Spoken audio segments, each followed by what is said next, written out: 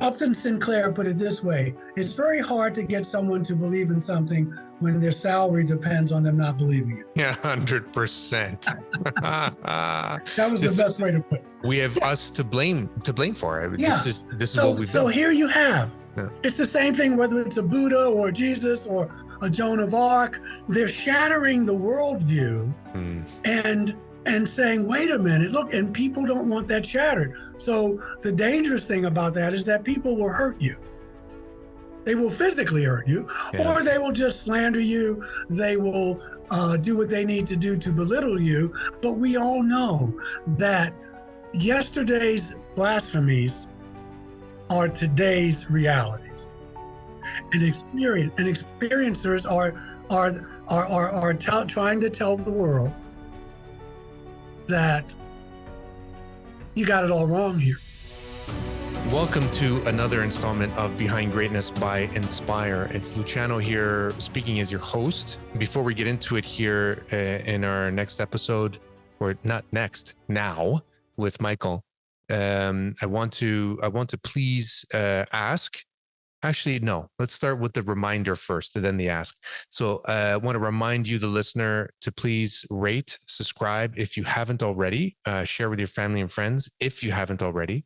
And if you're new to Behind Greatness, welcome. You have about 150 episodes to catch up on.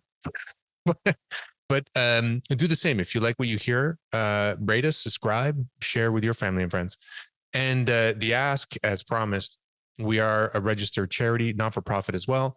So if you are so inclined to support us, we do this all for free. We do this, we volunteer because we just want to, because we want to talk to people around the world, and we want a really good excuse to talk to people around the world and talk about the what ifs and the why nots.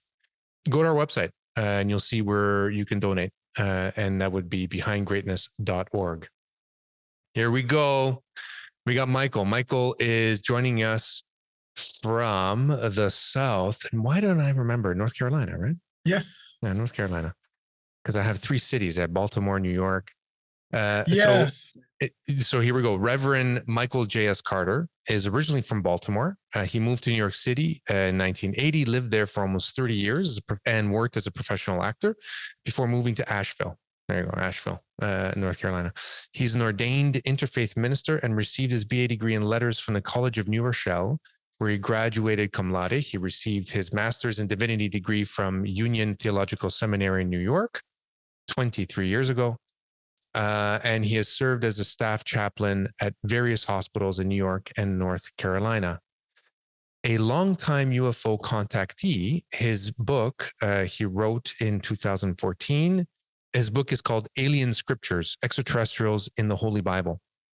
And again, this was published in 2014 and was number one on Amazon.com's list of UFO-related books. Michael's also appeared on George Noory's Coast to Coast radio show and on George Noory's TV show Beyond Belief on Gaia Television. Other TV appearances include being a regular consultant on the History Channel's Ancient Aliens series, as well as being featured in the UFO TV documentary The Real 4400 and UFOs, the hidden evidence on the Travel Channel. Reverend Carter was also featured in Steven Spielberg's TV documentary, Abduction Diaries, for the Sci-Fi Channel. Diaries was a precursor to Spielberg's HBO series, Taken. Welcome to the show. Thanks for having me, brothers. I've been looking forward to it. That's all I can tell you. It's been a day. I was at work today. Yeah. I was at church today. I had to get some stuff done. And I just drove right back down here and had lunch with my wife. Now she's going off to work, and voila. It's just you and me. Just you and me. Yes. I want to dangerous time. Yeah. So before I thank Bob Davis, well, I guess I just thanked Bob Davis. Yes, you have to thank him. He put us together. He put us together. So I guess after I thank Bob Davis, this is an auditory note to the listener. Keep an open mind listening to this episode. I had lots of fun. I've been having lots of fun talking to Michael and learning a lot. He's led a very interesting life so far. Some would say very peculiar, but I would say fascinating, not just peculiar. And so this is why we have you on as well. I mean, other than the fact that you have a great positive attitude. I mean, oh, thank you, brother. Well, I must that say helps. this. I must say this. Yeah. You're looking in a mirror. Nice. I'll Nice. leave it at that. You're looking in, football players don't hang out with chess players. Not that they're Yeah. bad people. You hang out with the people who vibrate on your frequency. Dude, but what I need is your hair. That's what I'm missing. It's longer. Listen, it was down to my waist, Luciano, and I Wow. cut it about 3 years ago because I swim. And it's heavy when it gets wet, brother. This is a mop. Yeah. And I put one of those bathing caps on. I look like Bob Marley with the Rasta hat, and I swim. But let me tell you, I cut it because it's about here if I let it out. That's like 40 pounds of weight on you wet. If it's wet, it is. And water gets in those bathing caps. But even when it's not wet, it's heavy. Yeah. And so, when I'm asleep and I'll probably cut it again, but it takes so long to do that I want to wait this time until I'm really ready to cut it. So if that way I won't start all over again, 2 years from now. Permit me to say this. I mean, boo-hoo. Yeah. You're a man in his mid-60s and you have all that hair. Like, we're not feeling sorry for you. Right. I can only hope for that in 20 years. Yes, I still have my hair. Yeah. I don't have my mind, but I have my hair. Nice. Yes. Honestly, I thought it's about an hour before we start recording. I thought, how do we get started with Michael? Because we can get started in so many ways. And I decided not to decide on how to get started with you. And I was going to decide on the spot while we were going to get started with you. So, here we go. Yes. We'll start off right here with a couple of other guests that we've had in the past. So I'm just looking at my notes here. So we've had two particular guests in the past. We've had 3 or 4 remote viewers, like pioneers in remote viewing. One of them, his name is Stephen Schwartz, who's just on the podcast. Yeah. We're recording this before he's on the podcast, but so you'll get the you'll get. I've heard of him. And another guy named McDougal, Joe. McGonigal. Joe McGonigal. Yeah. That's right. He's a military guy. Yeah. Yes. And so we had Russell Targ, who also trained McGonigal. Yes, very familiar with his work. Yes. Okay. So Stephen Schwartz, he started remote viewing even before Russell Targ, so in the late 60s, and he's still doing it. He's doing. He's very scientific about it as well. Yeah. And he's never done anything classified. So anyway, so we've had him on the podcast, and so I asked him because he said something in another episode about ETs, and he said they seem to me to be cultural anthropologists, which is fascinating to hear. That's the first one. So my question's coming up. The second one was Courtney Brown. Yes, he was on the podcast. Yes. Okay, so you know Courtney Brown. I figured that you know him. He was on the podcast about 6 months ago. Has also been remote viewing and has his own institute. What's that? Yeah, forever. Yeah, like 30 years. Yeah. And he does a lot of his work in Africa. So he actually goes back and forth from Georgia to, I think it's Kenya he goes to, Nairobi. Yeah. And so he talked a lot about ETs. And he calls them good ETs to make it very simple in the conversation. He said good ETs and bad ETs. So he says that there's a lot of malicious intent, and there are those that who are here trying to help us. So we went through a lot of that. You've had experiences. Yes. A lot of experiences. Yes. What is, if I can ask you as a broad question, what is your opinion on both of those viewpoints? I try to steer away from the good bad, because we just don't know. And it's so easy to think that way. I'm a man of the West, as we're in the Western part of the world. We're educated that way. And by that I mean we're educated that it's polarities. It's either good or bad. It's either black or white. And I try to steer away from that. I the cultural anthropologist point you made. There's literature that some people have met some of these beings, and they are kind of neutral. They're scientists in a way. They come, they observe. Okay, so they're kind of neutral. So when you're neutral, you can't say it's good or bad. That's just the projection we put on it. We see that with human beings. Yes, there are some people who are malevolent, and there's some people who aren't. They're more benevolent, and so and then there's that gray area in between. So I find that the less I know, the more I'm open to the new. I have met people who have had terrible experiences, which is probably what Courtney referring to, but he's labeling them as bad. And then people have had, just, oh my God, it was almost like kumbaya. We can just, and then there were people like me who in between, I thought they were, I didn't know what they were. I was afraid, but then I saw how my fear was was influencing my perception. And so, it's that kind of gray area, and then you just see where they take you, literally and figuratively. There are people, I think Whitney may be one of these people, Whitney Strieber, who maybe at the beginning they were bad. They were at least making me uncomfortable, but he's grown with it. So I'm reluctant, a convoluted way of saying I'm reluctant to say they're good or bad. I think that's a too simplistic way to look at the phenomenon, but being how we are educated and who we are as people, it's just easier to label it that way. Does that make sense? And I think it makes sense to me because you and I have spoken before, and it makes sense to me why you have that viewpoint. Let's see if we can make it have more sense for the listener, because I think they need to understand too. Because you've had quite a bit of. Sorry, go ahead. Yeah, let me do this. Yeah, we talked about this. Yeah, on one of my very early on, because they started coming to me in 1989, probably as a child, but I remember December 28th, 1989. We talked about that. Yeah. I mentioned it in my books. So they were coming after that initial time, every twice a month, new and full moon. And I told you on one occasion, the grayish white people stuck a needle in the back of my head. This is at night, you were lying down in bed. Yeah, it was excruciating. I went and told a friend of mine, I remember they had been coming.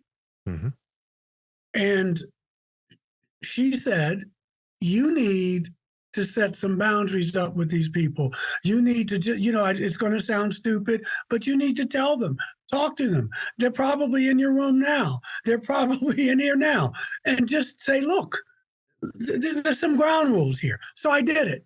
And I remember my girlfriend at the time came home. She said, she said, Michael, if you could have seen yourself standing in the middle of the floor when she opened the door in your underwear, yelling up at the ceiling.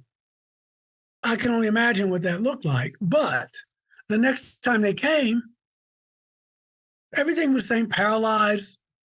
I could move my eyes. I couldn't move anything else. They showed me a picture in my head. They showed me a syringe. They put the syringe in the top of my head. No pain at all. I think I described it to you like when you go to a nurse and they just take your blood and you don't even know if they took it. Yeah. So all that was traumatic, but they listened to me. They heard me. Now, I don't know what adjustments they made, but they said, I'm imagining next time we come, that really freaked them out. Let's dial it back. And they did. So in all that trauma, and then later on, how my life got better, how my intuition got better, how my heart felt more open. So in the beginning, that may have seemed traumatic and bad, and maybe it was. But that was just the beginning. And as we followed it through, I would not exchange that for anything else. Do you see what I'm saying? Yeah. So, life is more complicated than just that. Well, that's good and that's bad. So I wanted to prompt you to tell a story, but you hit us in the face with one even more directly than that. Okay. So listeners hearing this for the first time, And I'm thinking, Yeah. what needle coming in, talking to them, coming back, Yeah. and they're Yeah. let's step one step back. Yeah. You mentioned me the first time we spoke that as a young child, you would also see, and this is something that I've been there are others coming up also on the podcast who are sharing the same. You saw orbs. You would see orbs in your room. Yeah, man. They were always around me. They were floating. They could have been orbs. They could have been beings without bodies, and they were different colors, red, blue, and they looked like a donut. It was just like circles. And sometimes they had a little, like a pinpoint hole in them, and they would just be around me. And I could look like in an empty space and see the three-dimensionality of the space, because to the naked eye, it just looks like, but I could see these molecules and grids. And I thought that was normal. I still do. I see auras around objects, around people. And they were coming, but I had no vocabulary for that. I just thought it wasn't even out of the ordinary to me. I never went and told somebody, but I saw them. Yeah, it was when I was a kid. It was what it was. It's just being alive. Your reality. Yeah. Yes, right. Yes. I didn't think it was untoward or out of the ordinary. So go on. Yeah. Sorry. No, I wanted to say, so like fast forward, you moved to New York, you left Baltimore, you moved to New York, you were an actor. Yeah. You did commercials, you did soap operas, like you were a working actor. Yes, I did some off-Broadway stuff. Yeah. And Broadway. Yeah. Off-Broadway stuff. Off-Broadway. And then you said you had a pivotal moment where you went down on vacation. Oh my God. That was it, man. That was it. Now I just want to say for the audience, grew up in the African-American Baptist tradition, loved church, loved religion. I went to the Catholic church. I was an acolyte. I went there because there was a girl there I was very attracted to, but and I was, she was Catholic. St. Ambrose Catholic Church. Woo! And I went to a Lutheran church. I was bouncing around, but those were outside of Angie. Her name was Angie. I went there. She was the added attraction. But the other churches I just went to, they were in my neighborhood. I felt drawn. Mm-hmm. It was beautiful. I can't explain it. I could say maybe in a past life, I've been told that, but we'll stick with now. Yeah. But I say all that to say I was drifting away from my Baptist tradition. Mm-hmm. I was reading, I was meditating, I was studying metaphysics, I was studying psychic phenomena. And I want to be clear, because I know some of my more conservative brothers and sisters will say, see, they're demons. You see, you studied all that stuff and it took you away from your Baptist tradition. But I was going away anyway. The world was bigger than what they were telling me. Mm-hmm. And I couldn't ask questions. And I don't knock it, because I have good friends, my parents, it works for them. It didn't work for me. So I was moving away. I was moving away before the Star People came. So December 28th, 1989, my girlfriend at the time and I, we go to Cancun, and we had a day where we went to the Yucatan Peninsula on this little rickety bus, and we went to see the pyramids at Chichen Itza and Tulum. Fantastic. Don't know how the Mayan... I don't know how they got their information, but they seemed to know when there was going to be the equinoxes and eclipses. And, what a civilization. Loved it. So come home, December 28, 1989, come home. Sandy says, it's cold. I'm going to stay home. We get off at JFK. But I wanted to show off. I was nice and golden. The hair had changed colors. And I had been invited to a party, and I told them I was going to be away, but I said, I'm going to go show off a little bit. They were freezing there, what's off in New York. So I went to the party, no adult beverages. The only thing I OD'd on was deviled eggs, because God forgive me, I love them so much. But it was the deviled egg party for me. And then I went home, and it was cold. I mean, that little ego trip about showing off the tan, it was cold. So I got home, and I think Sandy was already asleep, or, I came in. Anyway, I sleep on my stomach, and I don't know whether I had to get up to use the bathroom or what, but it was a presence. It was weird. It was a weird energy in my room. I turned around. Oh, I wish I had brought my statues. And that guy was there I showed you with the big head and chalk-colored. He wasn't gray, but he had the phenotype of a gray, but the pear-shaped head, the eyes. And he was standing at the edge of my bed, all 4 feet of him, because he was a little person. And he had on a jumpsuit that looked like, I think I told Reynolds wrap, like aluminum foil. It was tight, too. And he was maybe that big. And he looked at me, and I looked at him, and Sandy did not move. Now, when I showed in the last book I wrote, I go into more detail, and I sent it to her, the last book, and she said when she read it, she liked it. I was very happy. But she said, I remember that night. She said, and she never told me this before. She said, I've never seen you so scared. She said, and I saw these little figures in the room, but there was a voice in my head that kept telling me, just go to sleep, just relax, just go to sleep. So this brother's staring at me. I'm staring at him. Around him is a blue, like a lapis. It was a blue light. And around him was a big white light. This was at 45 West 81st Street, the Excelsior Hotel. It's still there between Columbus and Central Park West. My ex still lives there. Wow. And so it wasn't like in some rural place or out in the woods somewhere. And I looked at him, and maybe it was a he or an android, but I'm saying him or she. And I was so scared that I pulled the covers up over my head and got in the fetal position. We're talking, this is how people have heart attacks. And so I heard this whoosh, whoosh, like I was, the wind. And then the temperature changed, like I was outside. And when I finally grew a pair, when I finally got the nerve to pull the cover down, no one was there. So I wake up Sandy.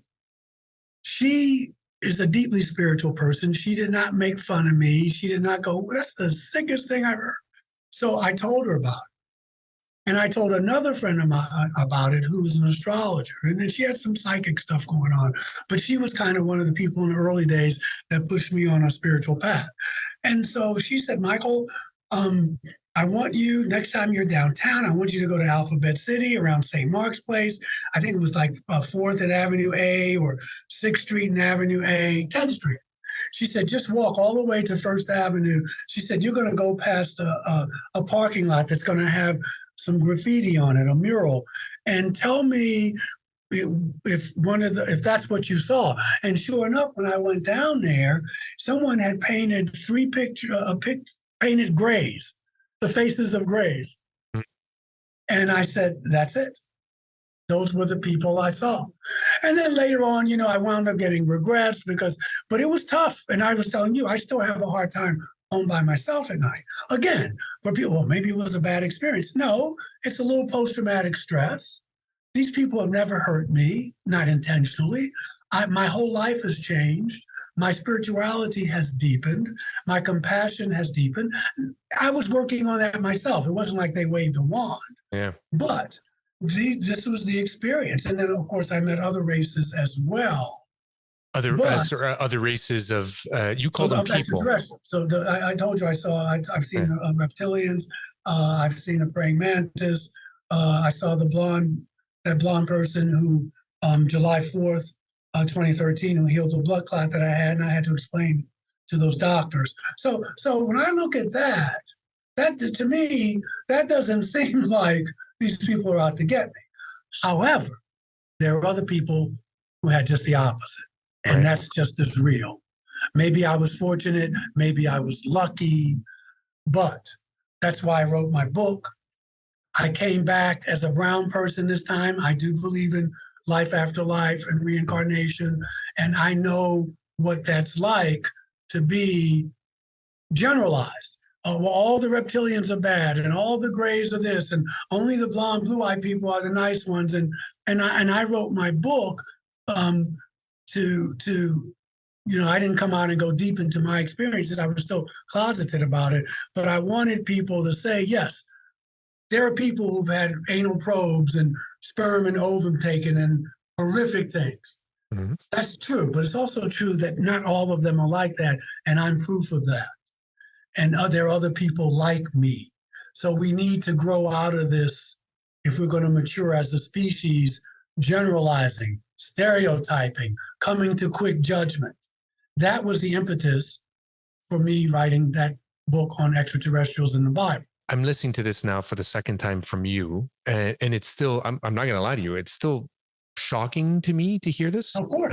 It's so unintended. It's so alien to me to hear this from somebody directly in first person. I can then only imagine what that did to your worldview, or what that, I mean, obviously what that's been doing to what that did to your worldview the first time. Like you did mention, sorry, it's kind of a question, but I also know a little bit of the background too, is that you were downtown and you went to a bookstore. Yeah. Oh yeah. You know, I gotta tell, like I said, I still do. Like if my wife was going to go away over the weekend, which she's not, but she did a couple, and I've had this, and I've been in therapy, and it's just like post-traumatic stress, you know, because I know it's not so much the way it's just the way they look and how they can show up. You know, they come to my room. They're in my house. I could be in my bed and turn over like that, and there's somebody there. Okay. And they touch me. You know, it's not in my head. Yes, I was having a problem. I was going to, this was before I was starting to get help therapeutically. But yeah, I was a mess. I wasn't sleeping at night. I was jittery, which would be normal. Yeah. I was having a problem. And so I went to the Strand, what's the Strand bookstore? Open Center on Spring Street. It was like I won't say new age, but it was a metaphysical, so you got books and all this stuff. So I went down there, and I'm a voracious reader, and so I will exhaust the subject if I find it interesting. But I was trying to find out what happened to me, so I was pulling things off the shelves that had anything to do with religion, UFOs, but contact people who were being visited. And I still have the book by Dr. Edith Fiore. It's called Encounters. In the back of it, it has a list of like 50 clues that for people who are saying, did I get visited? Is this real? It's a whole list of things that will help you if you are questioning that this happened. Anyway, I went to this brother. This was before dreadlocks were in. And this brother was interesting. He had a beard, but he had locks, but they were only coming out of this side of his head. Everything else was bald. Sometimes I used to go in there, he would have a hat on, but it was like an egg with strings attached. So anyway, I'm sure he would love me, but he changed my life. I pulled these things and I went up to the counter at the Open Center bookstore, and I wouldn't even look at this brother. My head was down. It's like I was buying condoms for the first time. And I put him up there, and he said, you know, you don't look great. He used an expletive, but I'm not going to. And I said, oh, okay. Yeah. Now that I think about it, well, we must be bonding. You don't know me, but you tell me how I look there. So anyway, and he said, well, these books, he says, is this a hobby or is this real? And I didn't answer. And I'm looking for the money. And he said, oh, this is real. So he rang up everything. He wrote down a number and he handed me a card. And I said, thank you, brother. And it was to a support group for experiences. So the world needs to have more people who are unafraid to react that way.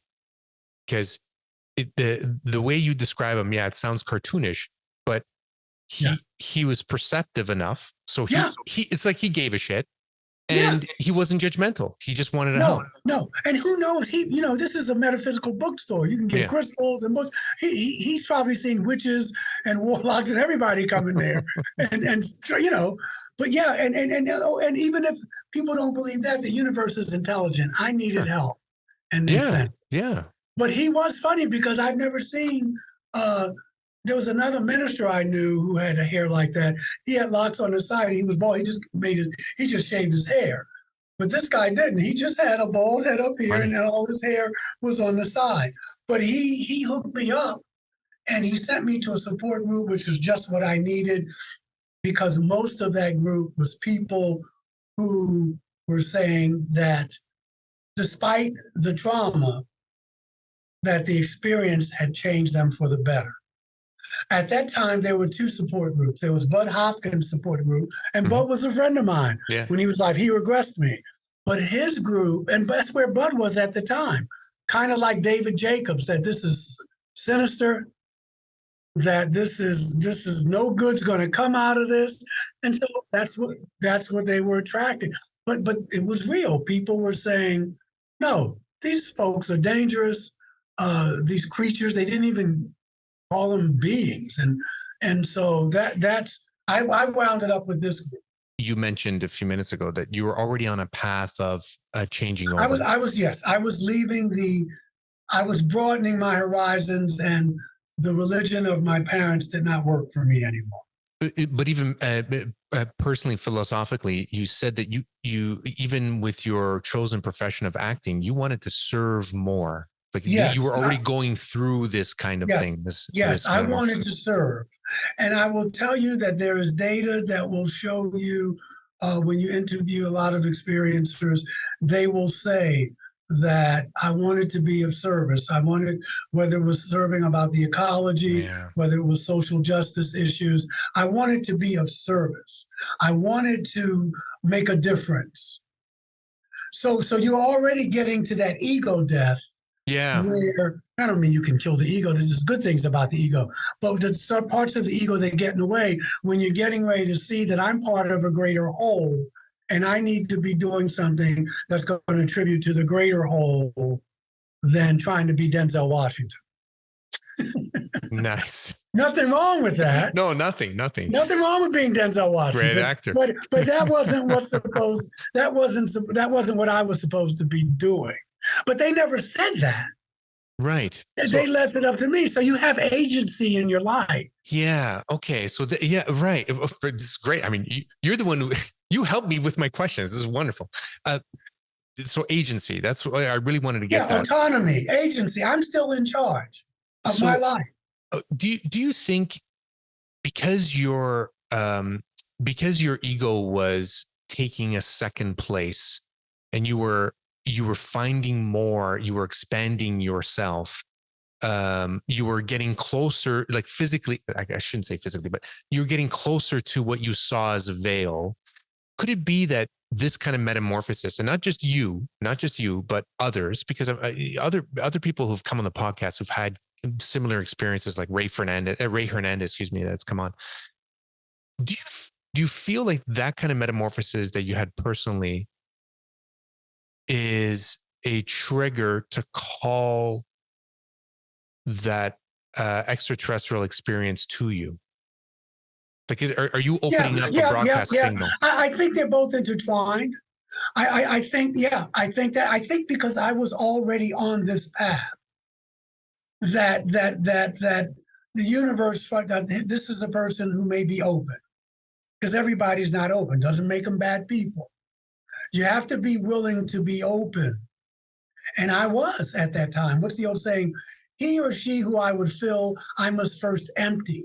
And so I had to be emptied of my preconceived notions. I had to be emptied of what I thought reality was. And because it doesn't have to be something as dramatic as that. It could be an NDE. It could be an out-of-body experience. It could be a near-death experience. It could be a breakup. It could be a heart attack. It could be anything. It could also be, I read something about a therapist who was jogging in San Francisco at dawn and was running, and he couldn't explain it. He said, I was watching the sun come up. I was jogging. Hardly anyone was on the street. He said, I couldn't explain it. All of a sudden, I was everything. I was the lamp. I was the sun. I was me. I was the car. This metamorphosis. Amazing. And then it was this oneness, this feeling of joy and serenity and tranquility. Of course, he came back from wherever that feeling was. But once you have that experience, you can't go back. Once reality, Oliver Wendell Holmes says that once the mind is stretched, it cannot go back to its original dimensions. Once you have that, I used to think I had a lot of friends who fought in Asia in the 60s. And a little different, because I'm not comparing this to a war. But, they had this thing, how are you going to act when you get back to the world? How are you going to act? Should be if you get back, because many didn't. You know, in other words, after we've done what we've done here, after we've seen what we've done here, after what we've seen, the things that we've seen at 18 years old, 19 years old, how are you going to act when you get back to that other reality? Because you're changed. Well, yeah. Well, okay. So I'm with you here, and I gave this example very quickly to Ray Hernandez about Muhammad Ali. So let's stay on this thread, but I'm going to add a little bit to it. I was watching a video clip. I was explaining this to Ray Hernandez as well, but there's an extra point I wanted to make. He was brought on Johnny Carson's show to do a weigh-in with Ken Norton because he was going to fight Ken Norton that weekend or whatever in days hence. And the first thing he said, he came out in a robe and he mocked the process. Like, why am I out here in a robe? Like, he actually said that, right? So he's doing it because he's a boxer. He's the best boxer in the world, and people want to see him. So they want to see him in a robe. So it's all about ratings and blah, blah, blah. And so he's mocking it, but he's being respectful. Yeah, right. It's about being active. But the first thing he said is, has anybody ever seen these flying objects? Because I'm training it. And he starts explaining these objects, and the audience doesn't know whether to laugh, to mock him, or to take him seriously. And then they realized he was being serious. And Johnny Carson he was trying to figure it out himself as well.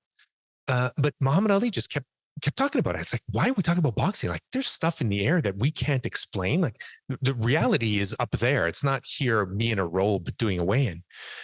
But the audience wanted him to go back to Muhammad Ali. Johnny Carson wanted him to go back to Muhammad, wanted to go back to what the ego brings to society, right? It brings entertainment, distraction. It brings athleticism. It brings all the 3D stuff that is easy for us to live. Mm-hmm. I want to know the Muhammad Ali who was wondering in private what the hell he was seeing. I want to know what he thought. Yeah. I want to know what he was trying to uncover. That's the stuff that's more interesting. Yeah. And because of that, the Nation of Islam has in their theology that there are flying saucers. That's part of what it means to be in the Nation of Islam. There's the story. Can't get into all that now, and it really doesn't matter. But life is a distraction, and we want you. There's nothing wrong with that, but you have to, sometimes you don't know when you don't know what's real anymore. And so he's saying, now I get what he was saying, but really, look, we're paying you. This is the role you need to play right now. If you don't want to play this role, don't. But then do it on your time. Don't do it on our time. But, and I get that as well. Mm-hmm. The thing is, though, is that that's what this phenomenon does. You have these beings who are more intelligent, who are more technologically advanced, who are flying through our skies, outwitting and outmaneuvering our technology. Some of them have the gall to tell us that you don't know what you're doing with nuclear energy. You're going to hurt yourself. You're not the highest people on the food chain. And that's an affront to the way we're brought up. We were taught that we're the only people in the universe. Yeah. We're the most important. And that we can handle nature, that we're in control. And here you have these beings putting a mirror up to you saying, look at that mirror. You're destroying yourselves. No one wants to hear that. No one wants to let that in. Religion doesn't want to let it in. And there are other reasons. It's not just that. It's a good way to keep people in control. Science doesn't want to let it in. I get that. If I'm a scientist and I've been somewhere 30 years and I'm tenured and I've worked on this theory and now another theory comes in and it's more real, and it's Upton Sinclair put it this way: it's very hard to get someone to believe in something when their salary depends on them not believing it. Yeah, 100%. That was the best way to put it. We have us to blame for it. Yeah. This is what we've done. So here you have. Yeah. It's the same thing, whether it's a Buddha or Jesus or a Joan of Arc. They're shattering the worldview and saying, wait a minute, look, and people don't want that shattered. So the dangerous thing about that is that people will hurt you. They will physically hurt you, Yeah. or they will just slander you. They will do what they need to do to belittle you. But we all know that yesterday's blasphemies are today's realities, and experiencers are trying to tell the world that you got it all wrong here. Case in point was you mentioned to me in another conversation about the Cathars in France, Yes. 800 years ago or 700 years ago, Yes. who were hunted down by the Pope and burnt at the stake. Because you weren't fitting in the model. You weren't playing the game that you were supposed to be playing. But the game that they were playing is one where they questioned. They question reality. They question what is real. Yes, through the belief of reincarnation more than anything. Yeah. I mean, I got to tell you, if Jesus came back here today, he'd have a problem. He'd have a problem with all these Christians here in the United States, or people who say they're Christian.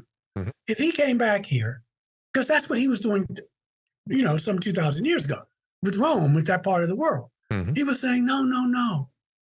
I'm not equating myself with that in a sense, but any God that was in him, if you want to use that word, is in all of us. And that's all we're trying to say, but that's blasphemy. Who do you think you are? Who do you think you are? And so this is the long glacial evolution of human beings. It's slow, it's tedious, but it does happen. Glacial. That's the operative word. Because we build institutions that take a long time to dismantle. That's right. And therefore, beliefs go along with those institutions. Yeah. And we live lifetime after lifetime after lifetime believing this until we don't. Yes. The only reason, and I'm happy that it is, but we just, here in the States, we just had the Senate hearing on UAPs. Now they're not UFOs, they're UAPs. Rose by any other name. It looks like a duck and quacks like a duck. But the promising thing is that our government has to talk about it now. I think it was Nietzsche who said, "No lie lives forever." Yes. So they're talking about it. They're showing the Tic Tac things, and these fighter pilots are saying that we saw this. But guess what?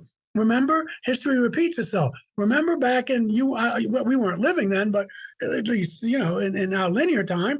But remember the Foo Fighters back in World War II. These bombers were seeing these UFOs. So I found out what Foo Fighters actually meant a couple of months ago. So the Foo Fighters is obviously the rock band that everybody knows about, but named after those orbs that pilots were seeing, both German and British pilots and American pilots were seeing. Yeah. So here we are, a generation later, we're seeing them too, but now they're ships. And who knows, they may have been ships too. But my point is, we have historical amnesia. And people are freaking out. Oh my God, this was happening in World War II. So they don't talk about it. I mean, how many books did I read on World War II? Because I had to in school, and never mind the stuff that I read afterwards just because of my interest. Not a word on Foo Fighters. Not a word. Yeah. Because we don't want you, that's not the reality. But now we know what the reality is. We know that life is cyclical. We know it's not a linear line. We know that there are realities here. Quantum physics is telling us, the old Newtonian Cartesian physics, oh, come on, Michael, show me and I'll believe. Quantum physics says, no, believe and I'll show you. Believe and you'll see it. Yes. And so that old way, and you got people holding on for dear life to that old way. They're holding on like I'm clinging to the computer. But it's okay, because there's a saying, let go or be dragged. You can be stuck there and life will go on and you'll be back there. You'll be a dinosaur. Just to change gears slightly, because I didn't tell you this, because I wanted to make sure I knew what I was talking about. So I'm not even going to pretend that I completely know what I'm talking about. But you're a minister of a Unitarian Universalist congregation. So I didn't know what a Unitarian church or congregation was until a couple of years ago, maybe 3. And I was helping one of my boys with a project. And the project was about Socianism. And Socianism. Okay. You go on. Yeah. It was a movement that was started in the 1500s. Yes, 1500s. By an uncle and a nephew. They were in northern Italy. I forget the last name. I think Leazzo or Siazzo or something. They started an underground movement, not religious, but a more philosophical movement, because they realized that the New Testament had nothing, no material in it about the Trinity. So they were questioning the reality of the Trinity. And so they found the church, or the Vatican, kicked them out of Italy. And so they found brethren in Poland, and the king allowed them to have a printing press. There you go. Disseminate information until they weren't allowed anymore. That's right. And then they start to create alliances with other religious groups, including the Unitarians in Transylvania and Romania. And Transylvania. Yeah. And then that movement spread across Northern Europe into England. And then that was brought over with the early settlers in the US. It was brought over. Yeah. Unitarianism came over from Transylvania, and Universalism came over from England. Yeah. And right. So in the what I learned in 1960s, they amalgamated both. They joined. Yeah. Okay. Yeah. Interesting how I knew that, just because I decided to spend some time. It's a very liberal, very progressive, where you can use your reason. You can use, and we have our martyrs, obviously, because to say some of those things would cost you your life, have your tongue cut out, eyes plucked out, for centuries. Like that. For centuries. Yeah. But we believe, Unitarians believe that if you want to use the word God, that God is one, there's no Trinity. And Universalists believe that God is love. So love will not barbecue you in eternity because you don't agree with it, or you don't have it. That's not loving. And that's what we're open to other faiths and other people. Some people, we have atheists in our congregation. We have some Christians. We have some people who are Buddhists. We have some people who may have been Jewish, and they just said the old way doesn't work for us anymore. And Unitarian Universalism says, here's a place where you can come and you can work out what you believe, and we're not going to say, oh, we want to pray for you or make fun of you. You're welcome here. Who is Jesus to you? Jesus to me is a great teacher. He is. To me, he's a hybrid extraterrestrial. And he's one of my guides. No matter what I did to get away from that, now I don't believe in the dogma of Christianity that I was taught, but I do try to follow the teachings of Jesus. But the teachings of Jesus are very different because Jesus was a Jew. So here we have, in Unitarian Christianity, it's not about Jesus. We made Jesus the rock star because of his charisma. It's really about following his teachings. That's what it's about. It's about following his teachings.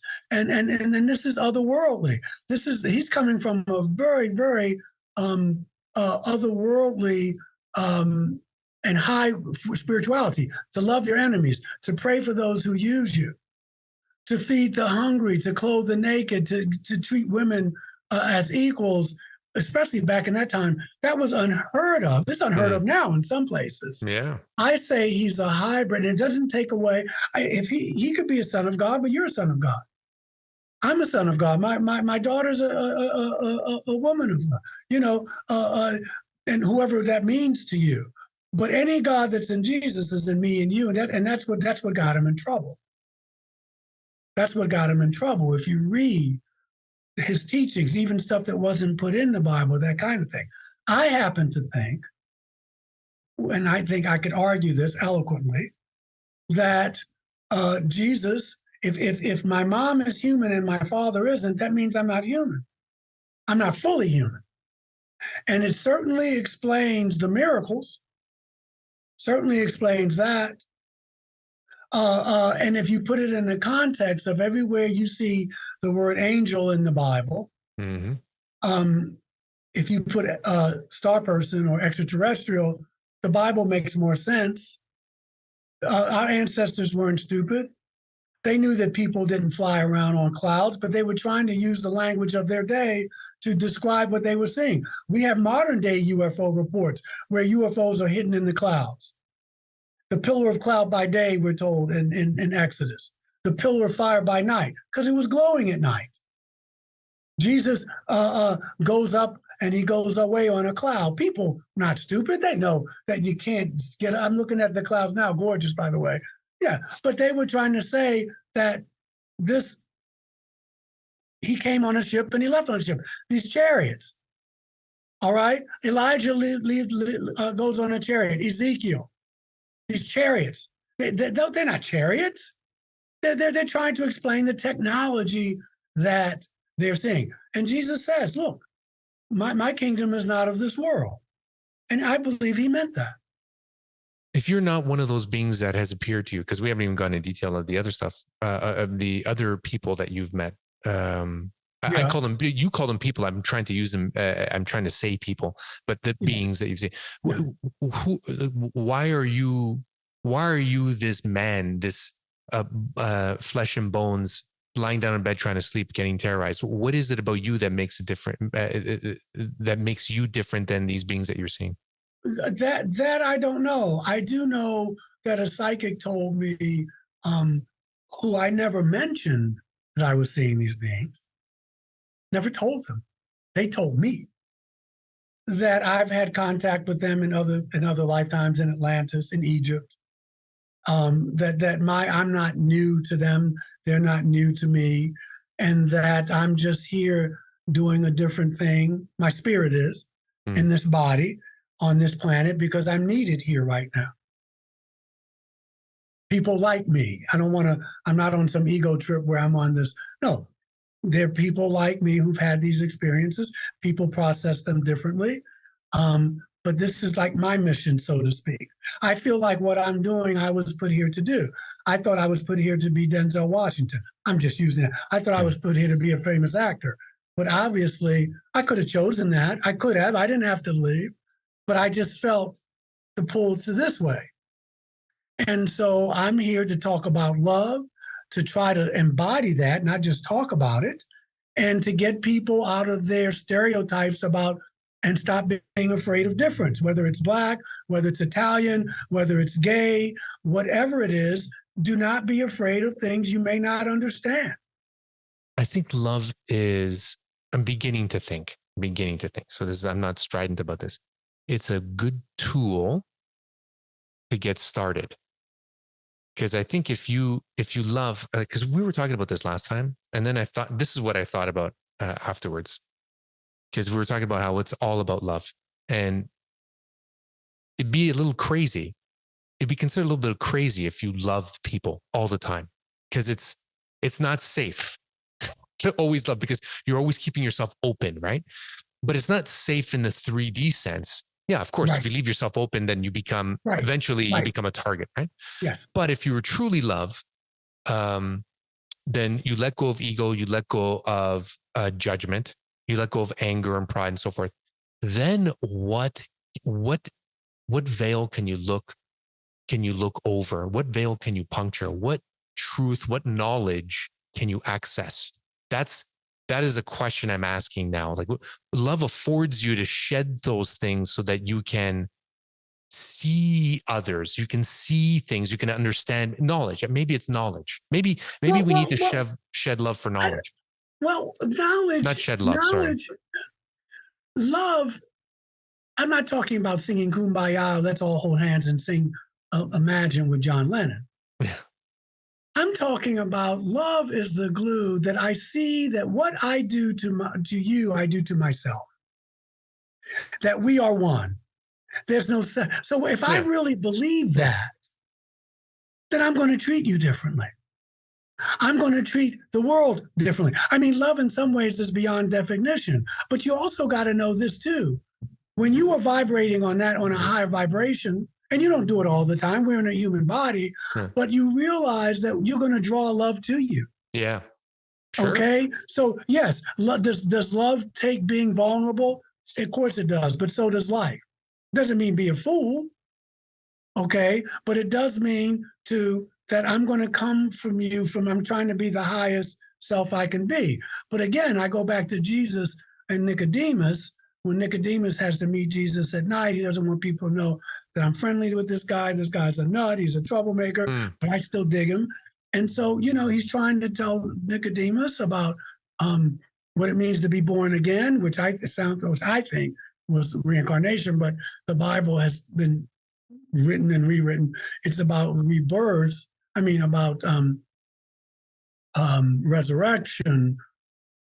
But he says to Nicodemus, if I speak to you of earthly things and you don't understand, how will you understand if I speak to you of heavenly things? Yeah, right.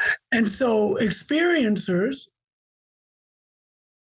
are trying to speak of heavenly things. But the powers that be that want to squelch that want to ridicule that, they want to keep it here. They can't get there because that's not where they are inside. It scares them. If love wasn't scary, King, Gandhi, Jesus, they'd still be here. Well said. Yes. Love is scary. If love wasn't scary, if love wasn't so powerful. Threatening. If it wasn't threatening. Yeah. Thank you. They'd still be here. So there's something about, because you're free. You can kill me, but you can't kill my message. That takes a power, for people who, yes, Christianity was a cult. And people say, well, was Jesus really all that or whatever? All I can say is this. After people hung out with him, they would change. They weren't afraid of the Romans. They weren't afraid of the lions and they weren't afraid of being. Something changed them that they did not fear.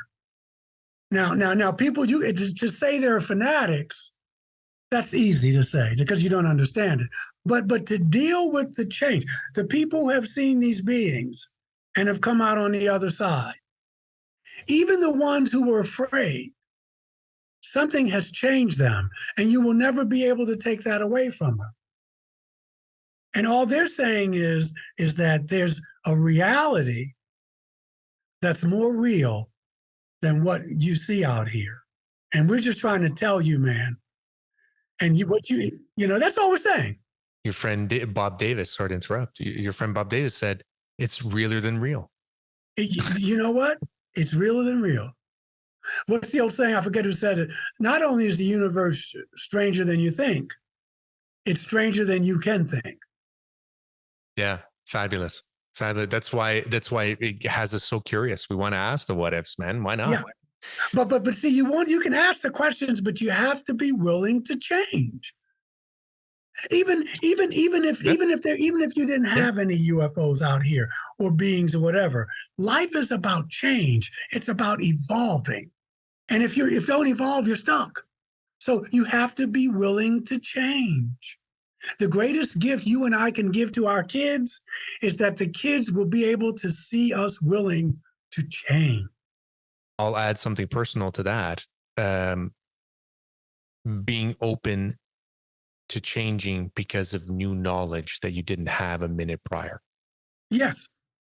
And not only that, I will add to that the knowledge has to be applied so it can become wisdom. Yeah, I love it. Love it. Because we live in the information age and people they think information is wisdom. No, information applied can be knowledge. Yeah.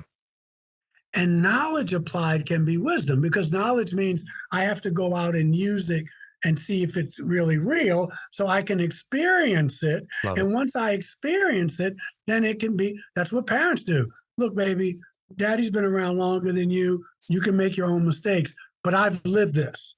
I'm just passing it on. Then that becomes wisdom. Daddy was right or daddy was wrong, but you have to apply it. Otherwise, it becomes theory. That's what makes an elder. Like, we should all strive at the very least to be elders to others. At the very least. Yeah. And elders have to be able to see down the line. Same thing in politics. Right now, people, I'm just saying, when they just want to get to the next election, an elder says, I need to look at what the next generation is going to bring. Yeah. They have to give a shit. That's a leader. You have to. And sometimes you have to give two. Yeah, nice. This has been great, man. This has been great. I have one last question for you. For now. Yeah. Oh, this is just for now. Just for now. What does greatness mean to you? That I serve. I think King answered that. He or she, Jesus before him, when they were arguing, the disciples, who's going to be the greatest in the kingdom? He said he would be least among you. But King talked about it. To be great, you need to be willing to serve. I need to be willing. That's the definition of love that M. Scott Peck books out in the Road Less Traveled. It's one of the best definitions I've heard. Yes, Paul does it really well in Corinthians. M. Scott Peck says, when I am willing to extend myself for your growth, and, because we're both growing, that's the definition of love. That's one definition. I'm willing to extend myself for the growth of another being. It could be a dog, it could be a cat, it could be an eagle, another sentient being. When I'm willing to go that extra mile for you so that we can both grow. Now, and for people who don't like the word love, and I get it because it's so overused and it's very hackneyed, do the Buddhist thing, compassion. Maybe compassion's a better word. Well, love's a factor in compassion. Yeah. Can't have it without love. It's easy to, because, if you've been abused, you think abuse is love. So love can be tricky. But we're talking about love in the best sense of the word, not a codependent kind of abusive. But if you don't like that word, then compassion. Michael, this has been great, man. This has been great. I'm glad we made this time. I'm thankful actually that you were unafraid, and I didn't expect you to be anyway, but you were unafraid to share such personal details with me prior so that I could understand going into this record. So because if I'm hiding myself, and there's a difference between privacy and secrets. Yeah. Okay. Yeah. And so, but I'm not afraid to be open. I want other people to be open. I got open. It opens you up. Yeah. You talk to the next person. We can trust one another. And we can share this recording. Risk. Love is risking that. I got to tell you, I loved it. I hope we do it again. I know you're busy. May won't come on too soon, but when you're going down, the months, the weeks ahead, if you got time, I'll make the time. Dude, the invitation is open. So let's make it a target. Okay. Yeah. Cool, man. Thank you, Michael. It's been an honor, brother. It's been great. I was looking forward to it. I got to tell you, I'm energized from it. I just came from work, so I was a little down, dealing with one of my people that have really bad depression. And so we had a pastoral care thing. So, I was up, but, when you're sitting with that and working through that with someone. So, I came home, I ate, and I was looking forward to this. And now I feel up. I hope you do. I hope I didn't take all your energy. 100%, man. Good. I feel up. I'm going to walk my dog and go on to whatever my schedule said I'm supposed to do. I tell you, it's not sustainable. But if I could have these conversations every day, I'd probably explode. but we would do by combustion. but it would be fun before that. So, yeah. Sure. Hey, it's Enrico Colantoni here, actor, director, and dedicated napper. Like what you heard today? Make sure to subscribe to Behind Greatness and share with your friends. And consider donating to help us produce more great conversations at behindgreatness.org/donate. Until next time.